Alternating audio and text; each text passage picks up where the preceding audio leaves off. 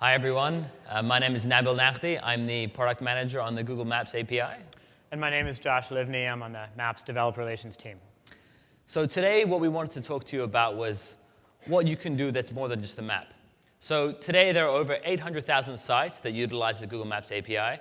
And each one of them tries to tell a special story, tries to give the user a context of where they are or what they're doing. Unfortunately, the majority of these maps have got the iconic red pin and stick it on a map and say, I'm done. Let's pack it up.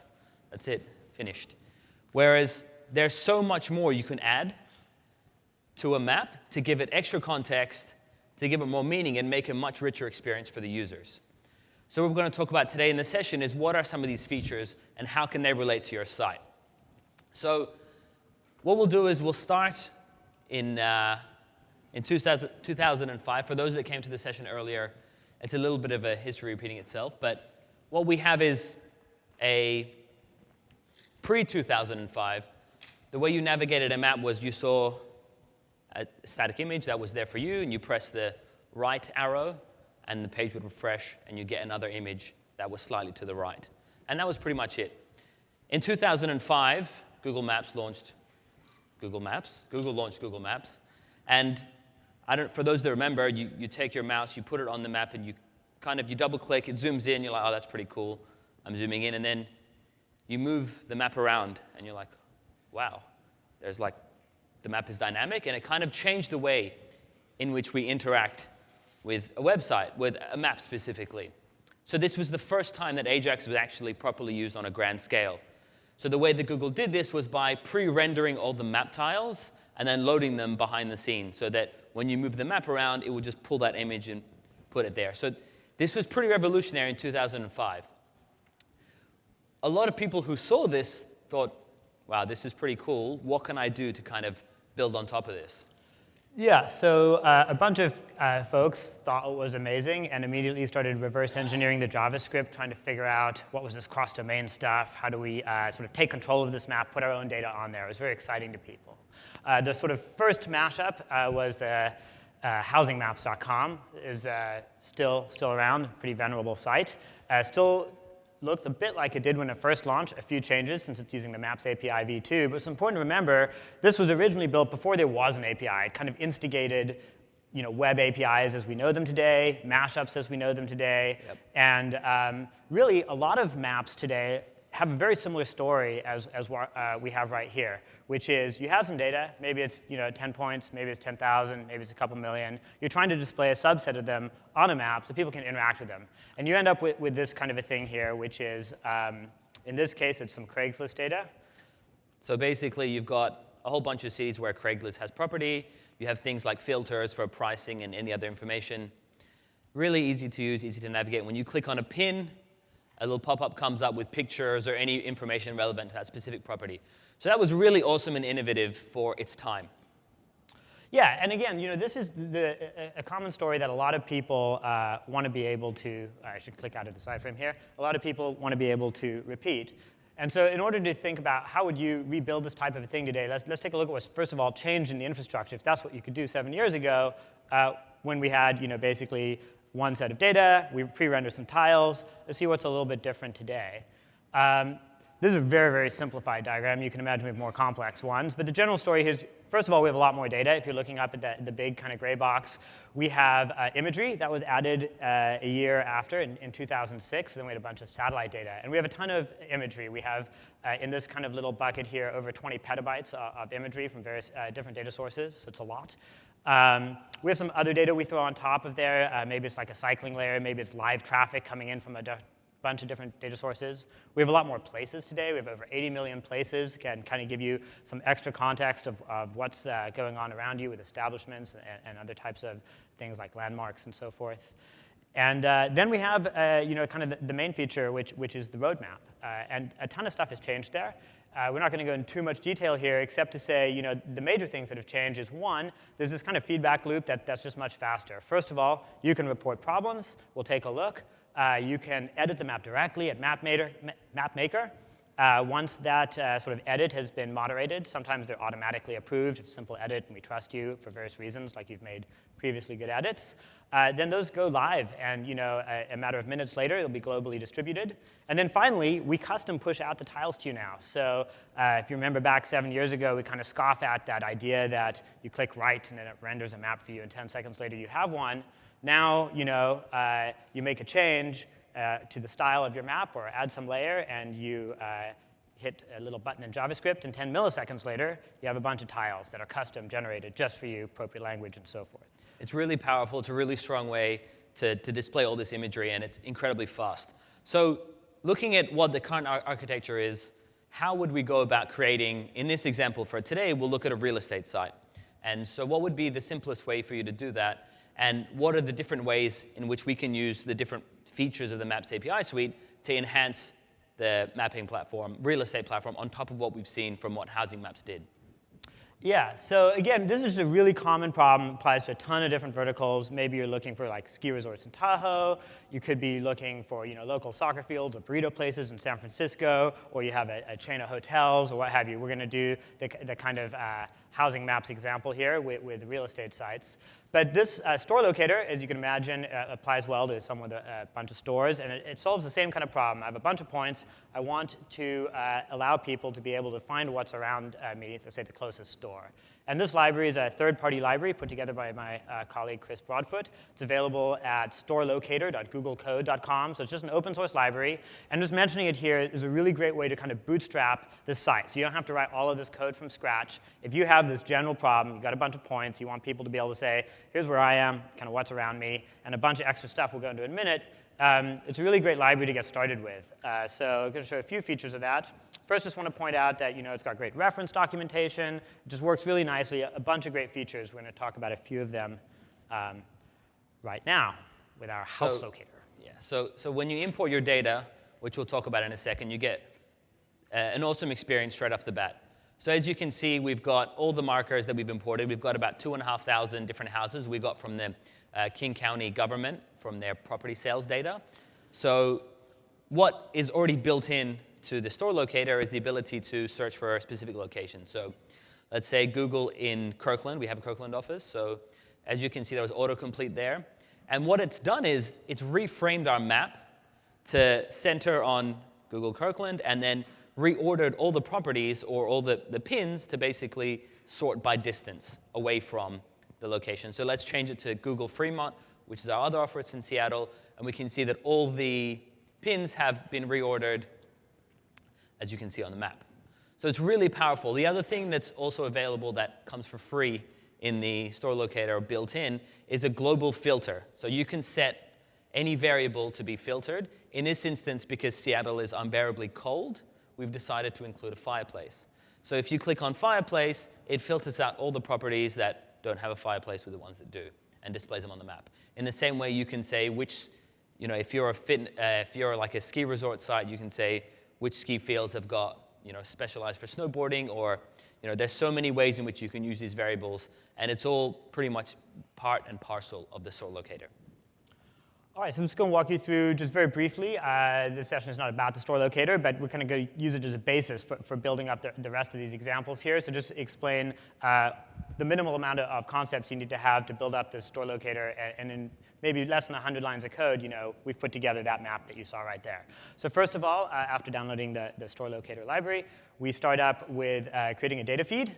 And the data feed here, we're using a static data feed because I put the houses in kind of a big JSON file so I could stream them over easily and parse them and so forth. Could be a CSV file you parse. Maybe it's like a collaboratively edited spreadsheet. It could also be a dynamic data feed, so is a good examples for that as well. So if you have, say, a MySQL database with millions of points, then you just grab a bounding box query to show the closest ones for the map. Or it could be an App Engine server or Fusion tables. They launched a new API, let you do JSON-P callbacks, so that worked really well.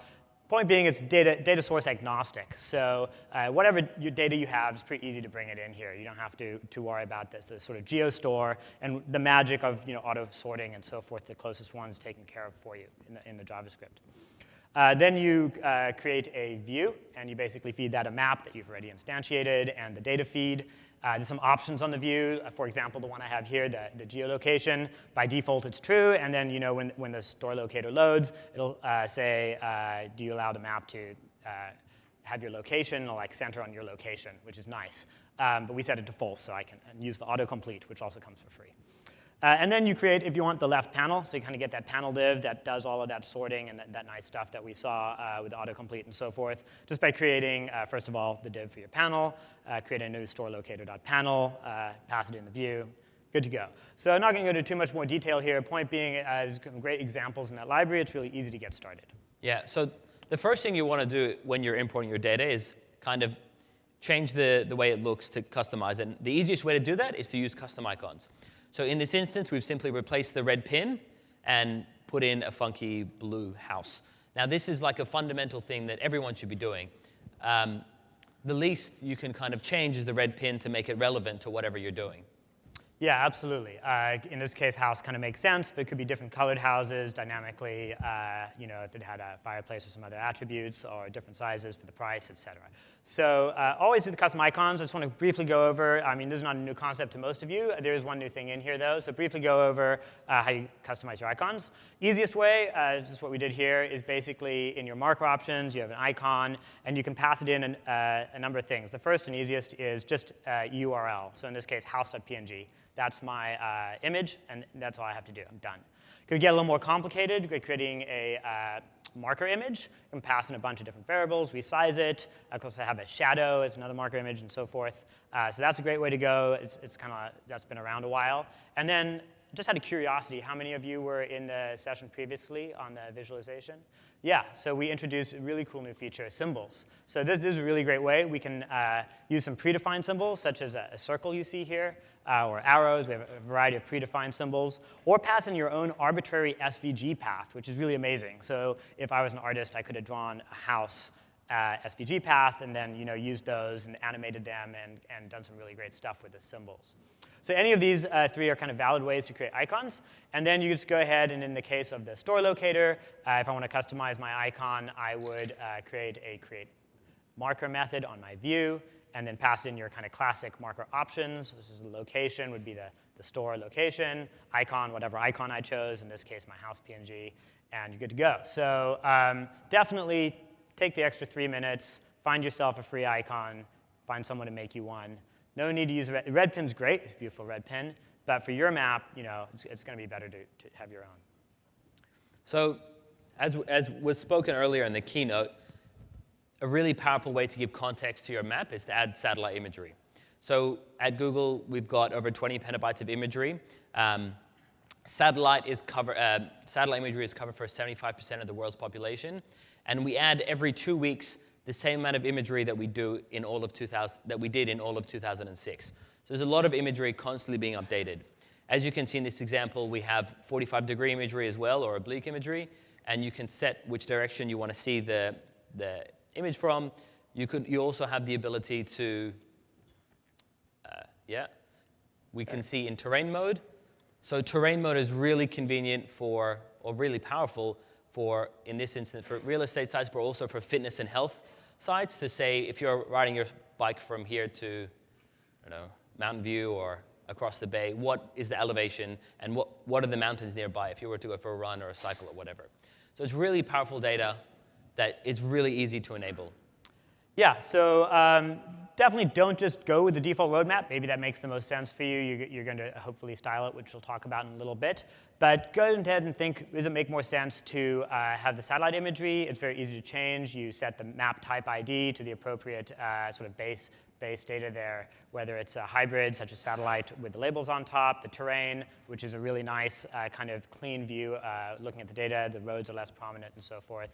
And then for the 45-degree imagery, just a note that by default, we kind of swoop you into that aerial view. But if you don't want it, you can do map.setTilt0. And then even if we do have that imagery available in a city, we'll just keep you in the satellite mode. And so then you'll get that kind of straight down nether looking view for more zoom levels. On the other hand, if you do want that, then definitely think about setting the heading, map.setHeading, to any of the cardinal views, 90 degrees east, 180 south, and so forth, so that you can give your users the appropriate angle programmatically or automatically, depending on your use case. So yeah, pretty easy to take advantage of those different base layers. Oh yeah, and then we have more layers. So we have some layers we throw on top. There's kind of, I'm just going to take some of these houses out of the way. A few different layers that we have data for. So the first, we restyle the map with our cycling data. We have this for United States and a bunch of Canada. This is really useful. I'll skip this one for right now. We also have a traffic layer. This comes in live traffic, which is from a variety of sources, including local roads. It's not just freeway data, so that's really useful. We have a relatively new weather layer, so this is kind of neat. You can see the temperature. I think it's updated every hour, I believe. And then the panorama layer, it's been around a while, but it is really cool. And I've seen a few sites take advantage of adding the context. Here in Seattle, I can see all the bridges, lots of cool bridges in Seattle. It's really nice to be able to get this data on. Just a couple notes on the panorama layer and the weather layer. You have to add, when you load your Maps JavaScript library, you have to add those libraries specifically, panorama and weather. And you also have in the weather layer a associated cloud layer here. So they're updated every hour. It's pretty cool, and you can kind of get the live weather on there. So this is how you do it. Very easy. Again, you instantiate a new, for example, bicycling layer, set it to the map, or set to null if you want it to go away. And then the one difference in the panorama layer is you can optionally provide a tag when you instantiate it, or set tag, for example, in this case, bridges, and it'll filter the pictures just to ones that have that tag. So a bunch of data that we also kind of provide for extra context on top. There's also layers that you can provide yourself, such as the KML layer. That might be your own data or some KML you found somewhere, or a Fusion Tables layer, again, your data. But we're just talking about data that we provide here on top of the map. So now we'll get to custom styles, which is a surprisingly important and quite less frequently used feature of the Google Maps API. So just a quick show of hands, how many people have heard about being able to custom style your map? OK, so that's all right. And how many people actually custom style their map? All right, so that's about 20 to 30%. So that's quite good. And I think we have a pretty advanced group in here as well. So styling your map, I think, is a surprisingly easy feature that should be utilized by everyone. So the default colors of Google Maps that it currently have is mainly used for maps.google.com. And you have the ability to kind of change it to what fits your brand. So if you have really important data that you're layering on top, you can kind of make the background look a lot more subtle. If there are some features that you're highlighting, for example, if you're like a trailing site, you can highlight the national parks in the map so they stand out. So these are all types of features that you can utilize in order to differentiate your map from your competitors. So in all these examples, it's rotating between each one of these examples took us about 5 minutes to create with the styling wizard, which was launched last year at I/O.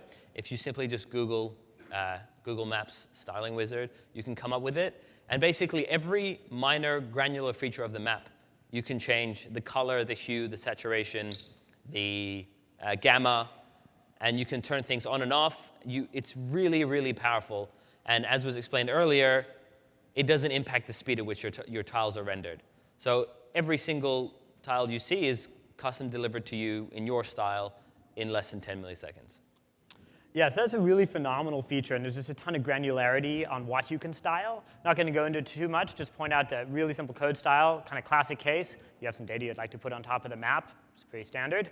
Our map, maps.google.com, is designed for people who want directions, all these other things. You may not need all of that stuff jumping out at your users. Set the saturation way back. So here's a really simple style. Take everything, kind of make it a little bit more grayscale. Done. So strongly recommend, first of all, like Nabil mentioned, always style your map, kind of match your brand of your website. It's really worth the extra half hour in the styling wizard to get something that fits your needs. Maybe hire a designer. It's pretty easy to use, and they can do a really cool cartography. And on that note, definitely check out the session tomorrow. I believe at 4 o'clock, a masterclass in styling. Really exciting stuff going on with styling. I strongly recommend you check out some of the styling functionality that the maps can offer. All right, so let's get into the meat of some of the features that we're going to use. So in this case, this is going back to the store locator. So directions is another one of the features that you do get for free as part of the store locator. If I were to click on one of the houses, I can have the option of doing Street View, which is quite, everyone knows about Street View. You can also zoom in on that specific location. But then there's directions. So click directions.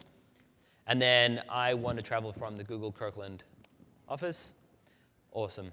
And as you can see, for those that are keen-eyed, this isn't regular driving directions or cycling. This is actually transit directions, which launched this afternoon. So you can see that it's telling me to walk 4 minutes and then jump on a bus by Sound Transit, which I'm assuming is a pretty popular Seattle-based.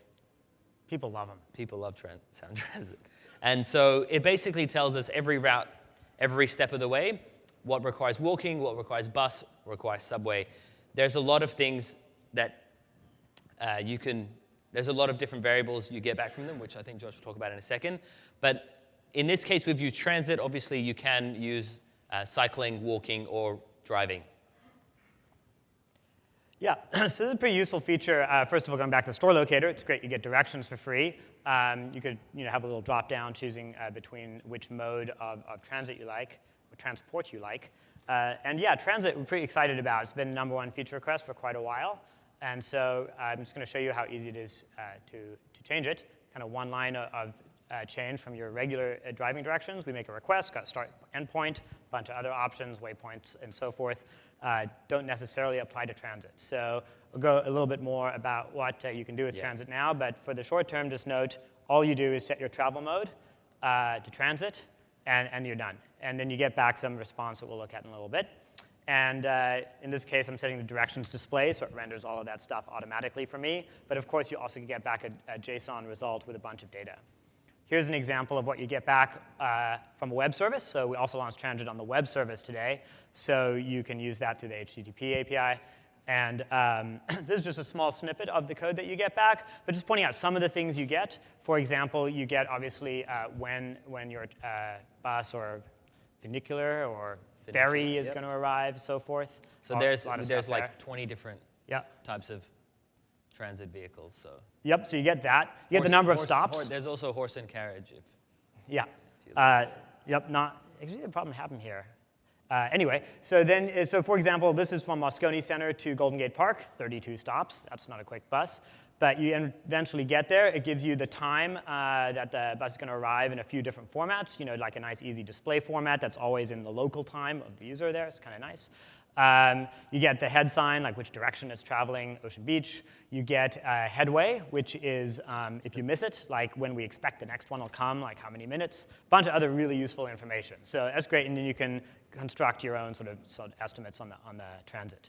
And yeah, it works really well. Yeah. It's really powerful, and guys, try it out. Mock up some mashups, just see what you can do with it and provide feedback. So we're really, really excited to have launched it this afternoon.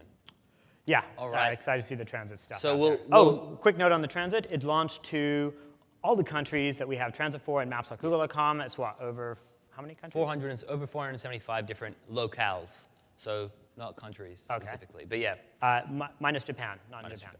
But everywhere else, so really, really good coverage for transit. Yeah, almost global. So let's move on to some of the other features. So another show of hands, who is familiar with the distance matrix or the concept of distance matrix?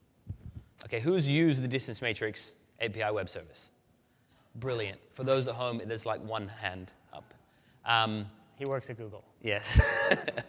So distance matrix is an incredibly powerful tool, which there's a quick demo just to show exactly how it works and what the purpose is. So in this example, we've got all the parks that are in between. So we've got all the parks that are in San Francisco, Golden Gate Park, San Bruno Mountain State Park, etc. So I am in Moscone Center. I have a friend that lives in Glen Park. Glen Park. Yeah. And so what this gives me is the distance between all the destinations and the origin, as well as the time it'll take for the method of transport that I've selected. So in this case, we can determine what the distance is or amount of time it takes to drive from Moscone Center and Glen Park to any of these parks. So we can also figure out how long it'll take to cycle there.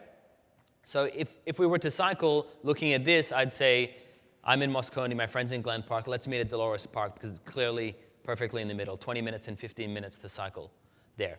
So you can go in the distance matrix, either JavaScript service or in the web service itself, you can have up to 100 cells. So that's like a 10 by 10 matrix. And it's essentially, in this case, rather than doing 10 separate directions requests, you do one request and you get all the results back and you display it. So how does this example relate to store locator or a housing site in our case? The icons have gone red. Yeah, I filtered out all the ones that didn't have a fireplace. OK, so the red ones mean fire. Oh. Yeah, pretty good. And it's nighttime. Yeah. Oh, OK, cool. Fireplaces are a hazard. All right. So let's say we are again in Google Kirkland. Yes.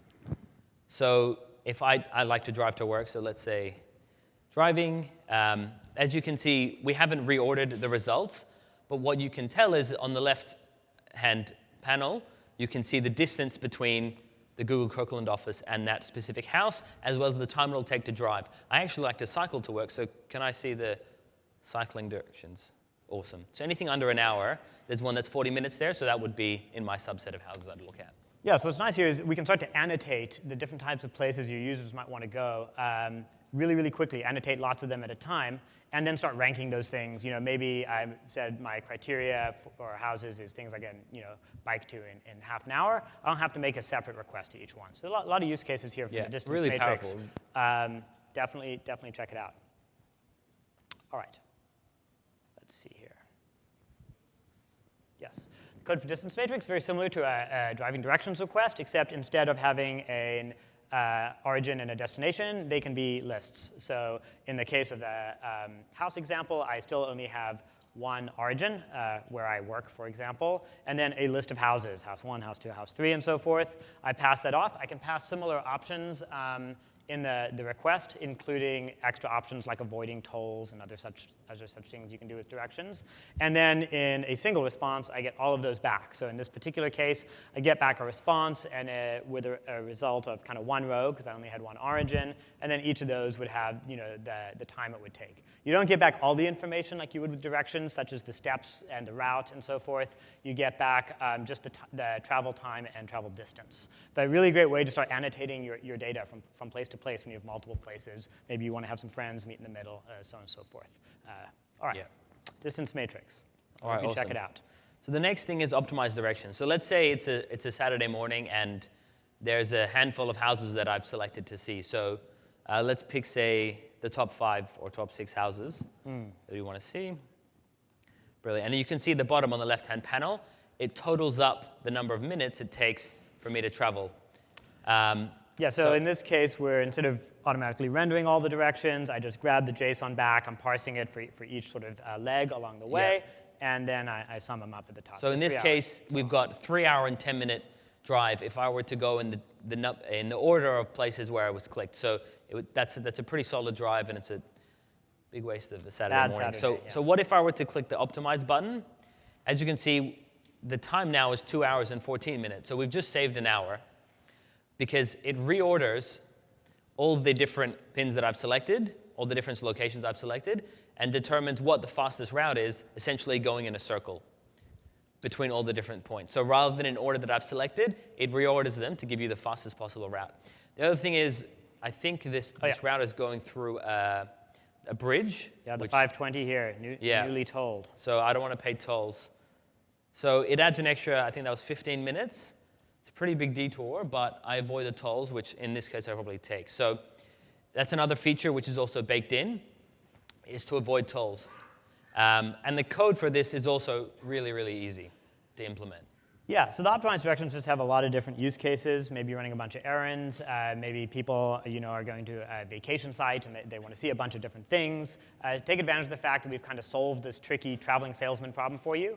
And so very, very useful. Yeah. Optimized directions code should start looking pretty similar here with our various requests. Also, you can use this in the web service, of course. The 2 features I added here were just options on my request.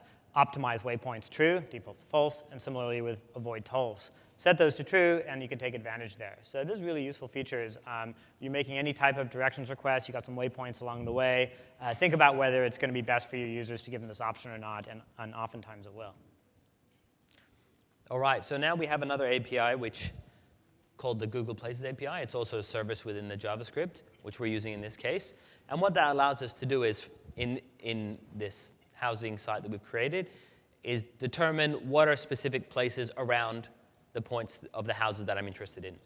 So what we can do is we can click on a certain house, and in this case we have schools enabled, and it will tell me all the schools that are surrounding this house. And it does it for each one. I don't like water, so I wouldn't live on an island. Yep, okay. So essentially, you guys get the idea. So are there any other options? So there's as was mentioned in the keynote, there's around 100 different categories you can choose from. In this case, we've selected a vet. So if you want to find a house that's, if you have an ill pet and you really want to live close to a vet, you can do that as well. I'm curious, where the are options the vets? are Quite a lot. Oh, wow. OK, so let's say if I was to look for schools around a certain house, there's also another really cool feature where I can filter what places category I've selected. So I really like the Montessori system. So for my kids, I'd want to put in Montessori school for them to go to. So I select Montessori, and now when I click a house, I actually get the location of all the Montessori schools near the house that I've selected.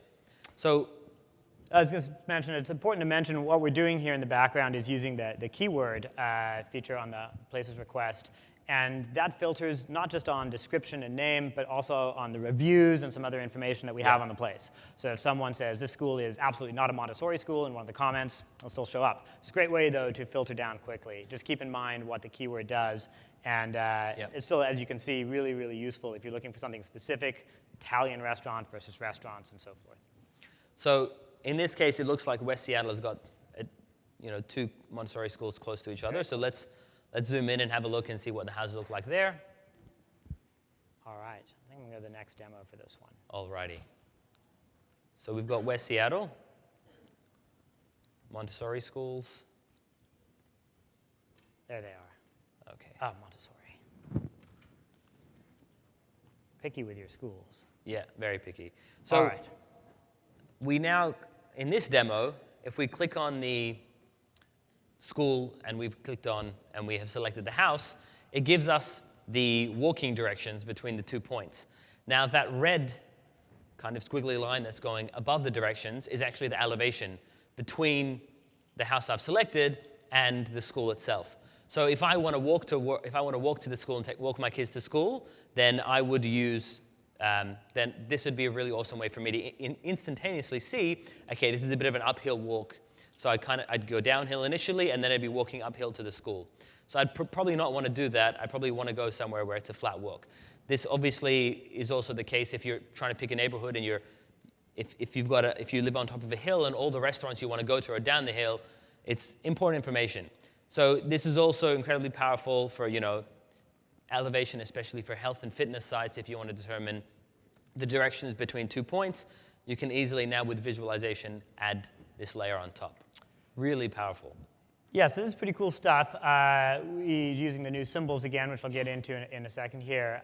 But the point here that we have is, with places, don't just think of it as occasionally your user might need to see what's around them, or I'm building a place's business. But you can use it in all kinds of places. Just get a quick look at local density. Like I'd love it, when I'm looking at the different housing sites, just to get an idea of the density of things that are around me that I care about. I care about perhaps schools because I have kids, parks, coffee shop, bar, maybe not much else. And so I just want to know where are those things relative to the houses I'm looking at. But it applies to many, many different verticals again. So use it in all your applications if you want to give the end user sort of a portal into all of the stuff that we have around a given location. Also think about using the keyword filtering. Think about, in this case, we were sorting by distance, which is a relatively new feature. And so usually we sort by what's called prominence, which gets the best results. I was just curious of the closest results, even if they're not necessarily the best. Yeah. So maybe if I looked for coffee shops, we think the best results are a little more spread out. I just want the closest one. I want to know if I'm in a block or two. So think about how you're going to rank the response. And think about how to sort of mix and match the services. That's the main point here. You don't have to just think, oh, OK, I'm a real estate site, so I'll put some pins on a map with some prices. Think about, oh, the people are probably going to walk to places. If they walk to somewhere, we should give them directions and let them know, like, oh, it's a 10-minute walk or a 15-minute walk, or it's going to be uphill, et cetera, et cetera. So think of all the different services you can combine when you're using places. Yeah. And then also don't miss the session right after this, building a business with the Places API. Yeah. So they have a lot of good stuff to talk about places in much more detail. Briefly mention the elevation here. So you noticed that very cool symbology. The symbols were mentioned in the previous talk, so I'm not going to talk about how we did the symbols too much, but check out the video on YouTube afterwards if you missed it. It's a very, very cool talk on spatial data visualization. And then the elevation, however, I'll just mention, is, again, kind of similar pattern here. We make a request to an elevation service. In this case, we're going to pass in a path that we want elevation for, and a number of samples. In this case, I want 500 samples along the path. It'll evenly interpolate those samples along the way. I could also, if I was so inclined, just ask for a single location, get the elevation back for there. So in this case, I've already done a directions request to get some walking directions. So I've got an overview path from the route that was returned to me from the directions. I pass that into the elevation. Elevation will return an array of elevation responses, which include the height, the sort of accuracy of the elevation, and so forth. So elevation API, very, very useful. Powerful. Yep. OK. All right. So our final demo for this afternoon is a really powerful way in which for this case and others, you can really utilize the power of Google's mapping services or geo services. In this case, we've selected the different houses that we're interested in. And let's say you get a URL from your real estate provider, and it looks something like this. So basically, these are all the different these are all the different houses that we've selected. But what we're doing is we've passed it into the Google Earth API, Google Earth API plugin, and we're able to do like a flyover or virtual tour of all the different houses that we've selected. There's a lot of things that are variable. The speed at which you fly, in this case, you're rotating. It's a really immersive experience. And it doesn't just apply to real estate sites. For example, there was one recently for the Tour de France, which is starting next week, where it basically flies over the entire route. It's a really awesome way to visualize your data, and I think it's quite underutilized. Yeah, so definitely check out the Earth API. If you already have an existing Maps v3 website, then it's really easy to add a kind of Earth button that just magically has most of your markers, polygons, other overlays, and so forth appear for the user. You can fly through. Using the, yeah, and then you can add these effects by accessing the Google Earth itself. But if you want to use that library, you can go to the Maps v3 utility libraries, and there's an open source library called Earth. And that will basically, in a couple lines of code, let you add the Earth button so that you don't have to change anything in your existing content, but users who click on Earth, or you can programmatically enable it, can fly around Earth seeing most of the stuff that you've already put on the map. Yep. All Awesome. right. All right, so we seem to have oh, different window. We seem to have wrapped up a little bit early. So I guess, are there any questions? Or, I mean, really, what we wanted to show in this session was how important it is to give your maps an extra bit of oomph, really. I guess it's really easy to implement some of these features. Some of them require a bit of work. But in a weekend, for example, you can turn a regular red pin on a map type of website into a really immersive, interactive experience for your users. And you'd really stand out in your specific vertical. So hopefully some of these examples have been useful to you guys. Thank you. All right, thanks a lot. And if you have questions, just line up behind the mics there. Yep. And very curious to hear what you have to say. The loading of the libraries, now you have to load them with the API. Would it be possible in the future to load them after the API has been loaded? Are you talking about the Earth API? The Maps API, the libraries like Places and... Oh, sorry. So you're saying if you want to use Places, you have to add the libraries equals Places or Panoramio and so forth? Exactly. Yeah, so we do that by design in order to send you the sort of minimal amount of JavaScript to get the fastest loading times. If you're in a mobile device, we don't want to send over an extra All the libraries. 5K of data that you don't need. And so some sites need some things, some sites need some other things. If you don't need the weather and cloud layer, we don't want to send those bits over to your users. But could it be enabled so you could load them dynamically by, for example, typing google.load? Oh, I think I see what you're saying. So you've already instantiated your map instance, and you want to add in that's a really good feature request. Please use the issue tracker. I don't know if you're in the earlier session. We should point this out again, that the issue tracker, we really take it seriously. So you have good feature requests like that. Search for the Maps API issue tracker, add it in. The more people start, such as transit, then the harder we work to get it out to you guys. So I see your question now. It's a really good one. Hi, I was wondering if there's any plans or info on if the traffic data will be available through the API. Like, I know that there's a traffic layer, but if you could just get access to the raw traffic data without the map layer.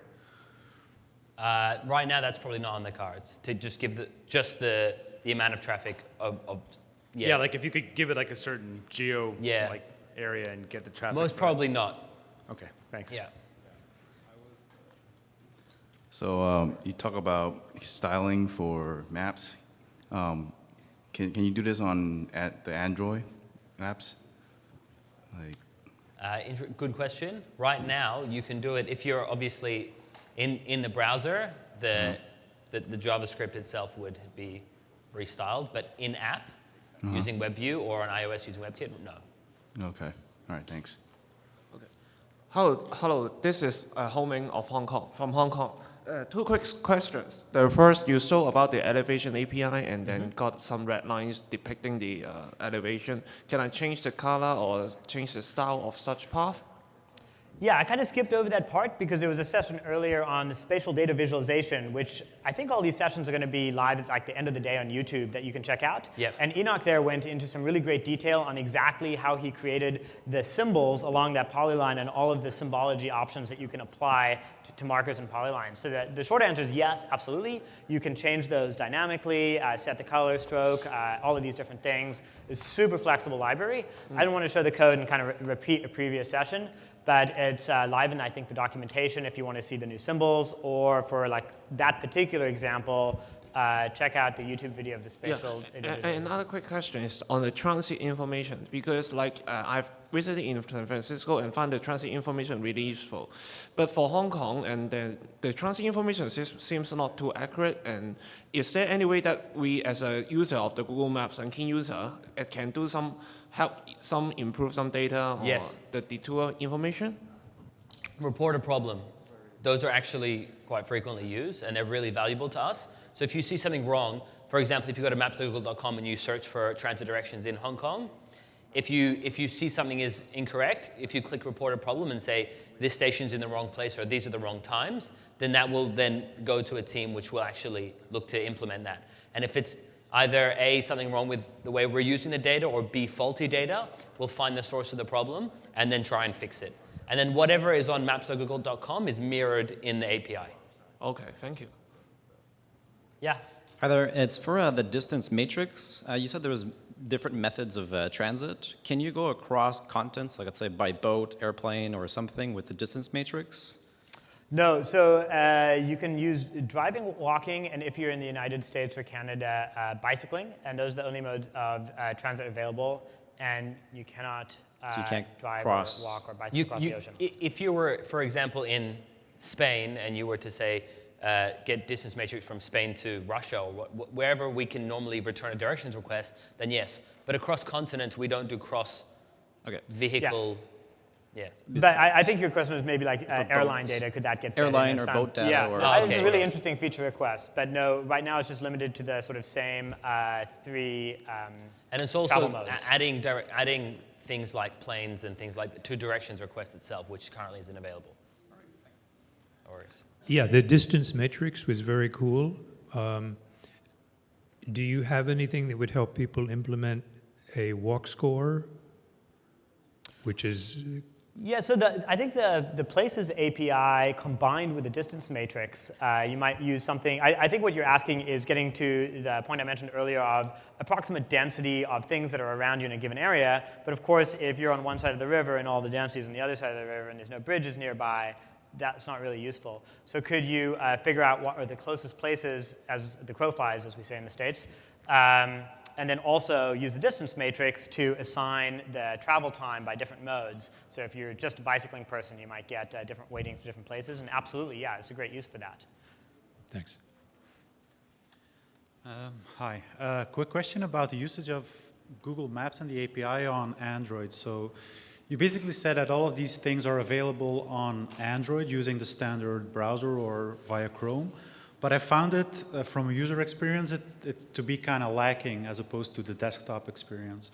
Now, Android has this map view native component, but that obviously doesn't work with the Google Maps API. So what is the kind of approach, given the fact that more and more people are starting to use like smartphones, tablets?